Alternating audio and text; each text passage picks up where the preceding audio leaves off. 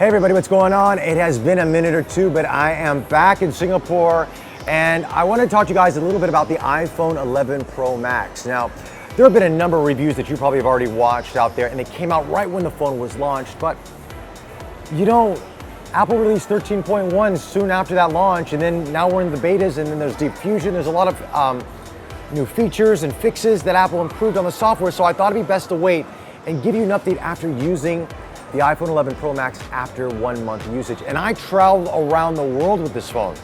Various different countries, various different scenarios. I'm gonna tell you what it was like for me to use it, my thoughts, what I like, what I wish were improved, what I didn't like. Let's get down to it. Anyway, like all our reviews, we are not paid or sponsored for this review. These are my thoughts and my thoughts only. Let's talk about the design. It looks like any other iPhone. It's not much different, to be honest with you. It's got the frosted glass on the back of it, comes in different colors. I've got the midnight green. It's got 3 cameras versus 2, and it's a square versus, you know, a rectangle looking housing. But besides that, it looks like an iPhone. Okay, it feels premium, it feels great. Same size display as the XS Max. There is an improvement on this display. I think Apple calls it Retina XDR or something. They've gone a little bit overboard on the marketing names this year. Maybe they need to just tone down a little bit because none of us can remember what they all are, but it's improved.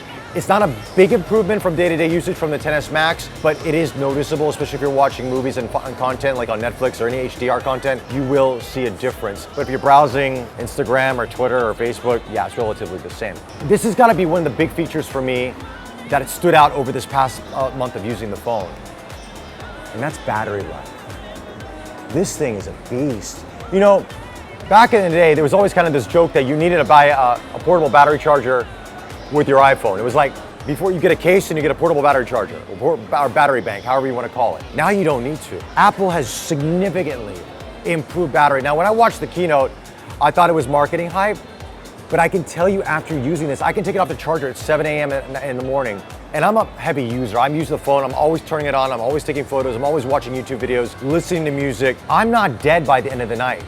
By maybe midnight, it's giving me an alert that I'm maybe 20% down. And that's pretty impressive for me because with the XS Max, I was killing it by 5 p.m., 6 p.m. every day. I actually needed that battery pack on the phone to last me throughout the day.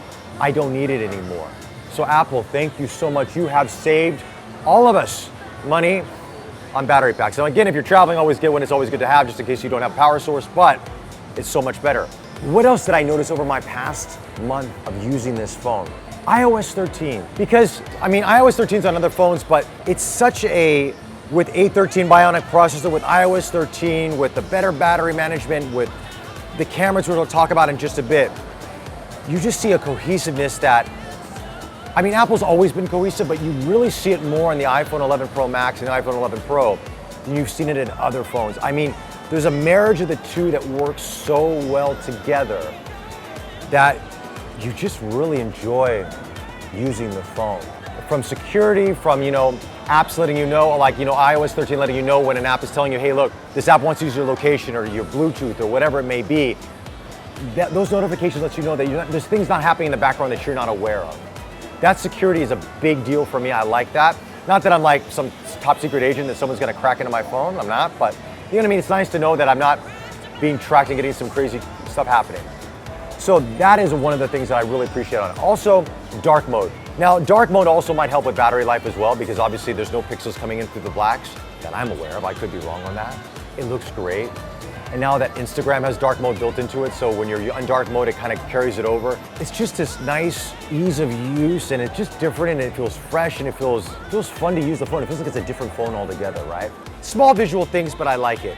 Wireless charging works great on it. No issues at all with that. I'm on a wireless charger right now here at Funan. They have them in this bench area.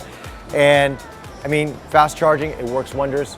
So that's always great. But there's always this sweet spot on an Apple iPhone when you want to do wireless charging. So I would tell you that if you've never done it before on an iPhone, you're gonna have to move it around on the back. It's just not anywhere on the back. It's kind of like near the top half area that it charges. So keep that in mind, just a little tip for you. Audio quality. Oh yeah, I gotta talk about the speakers in this thing. Much improved over other iPhones. Louder, much louder. Great for watching video content. It is really good. Apple is really concentrating on media with this phone, and they nailed it with that. All right, it's that time. Now let's talk about cameras. Now, I'm gonna give you the Cliff Notes version of this, just in case you don't wanna watch the entirety of this camera portion of the review. These are the best cameras Apple's ever put into a smartphone, and probably the best camera system on any smartphone in 2019. The Pixel 4 has not been announced at the time I'm recording this video. Maybe that might be slightly better, but Apple has nailed it with these iPhone cameras. Unlike anything I've seen in any of the smartphones on the market, which makes this such an enjoyable experience that no matter if I'm taking a selfie or using the rear cameras, everything looks like I've been using the same camera system. And the reason I say that is because there are some Android phones out there that have a crazy number of cameras, but when you look at the images on a computer on your smartphone, some are blurry, some are really sharp, the color's off on some, it looks all over the place. Apple doesn't have that.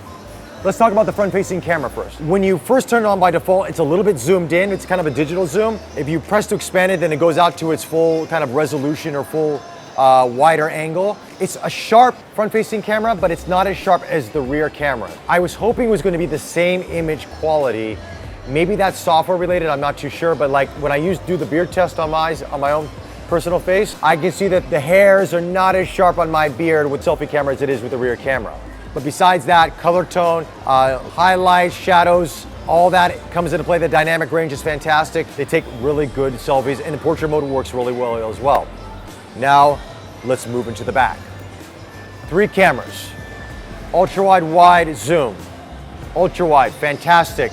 Not really any sort of distortion going on in there. Apple's doing some fixing on their own part to make that happen, but it looks great. Colors look great, great dynamic range. You are limited to a little bit of a slower lens, so if you're gonna use ultra-wide and low light, you're not gonna get that. You're not getting night mode, first off, and you're not gonna get that dynamic range that you might want in lower light situations. But if you're taking landscapes or cityscapes or you want to do some cool shots, you will get it. It still works relatively well in good lighting. Let's talk about the wide. This is the heart of the Apple camera system. Night mode, deep fusion's in this as well as it is with the ultra wide, but it's a sharper lens, great image quality. If you're using for portrait mode, it looks great as well. It's a phenomenal camera for that wide. This is the heart of it all, and it really performs beautifully. The zoom or the telephoto lens, also fantastic. 12 megapixels as well. Good, it's a faster lens, so it's great for lower light situations. You can't access night mode in the telephoto lens, at least from my experience on using iOS 13 Beta 2. Yeah, image quality is really good. All these cameras work relatively well. Now, the cool thing that I like about this is also if you want to go from, you can actually access this through the camera menu, that you can go use a wheel to go from ultra wide to zoom. And even when you're doing this, you're not seeing a difference in terms of image quality or in terms of color. The cohesiveness in this camera system is so good, and I keep repeating myself because it is that good. I haven't seen this in any other smartphone. Apple's nailed it. Night mode is really natural for doing what it is. This is computational photography coming into play. Of course, it's taking a multitude of photos and it's sort of like merging them all together. Now, I have noticed that some images that I've taken with night mode, let's say I'm taking a building, there's some sort of shadow behind the image that I'm taking. Maybe that's Apple's way of detecting where they need to bump up the shadows or whatever the case is, but there's some sort of dark halo that comes about. Again, this can be fixed in software, but it's something that I've noticed. If you're trying to get an image that in a lower light situation you wouldn't be able to get with a normal camera, it works really well. But night mode only works out of one of the 3 lenses. Let's talk about deep fusion. Deep fusion is new in iOS 13 Beta 2, and this will come out to everybody when it's fully released. And deep fusion is really sort of Apple's AI coming into play to really make your images look better. And it does. You can see a difference. It's a subtle difference, but it's like bumping up the clarity of the texture a little bit more, upping the shadows in a darker situation. It sort of balances out everything, really captures the dynamic range. It's not a huge difference, okay? You're not gonna go, oh my God, that's completely different. No, it's subtle, but it's really nice and it works really well. One thing I like about Apple, what they've done with all their camera systems, there's subtle changes that make the images look better. There's no drastic, let's push everything to the max and make it look fake or like synthetic. Everything looks like it has like this organic, natural vibe to it, which I really appreciate.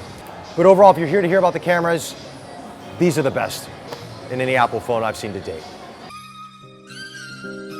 So far, everything's so great about the phone. What are things that I might not like or think it could be improved? So many great improvements in iOS 13. Still accessing location is a tedious process. Accessing Wi-Fi hotspots and things, you've got to go into there. You can't do everything through the drop-down menu, which I wish Apple would implement. If you wanted to go into the camera settings, you can't go through the camera app. You have to go through settings, go down to the scroll menu, find the camera listing there, go in that way, then go back into the, I mean, it's a little bit too many steps. Apple could simplify things a little bit more to make it a little bit better.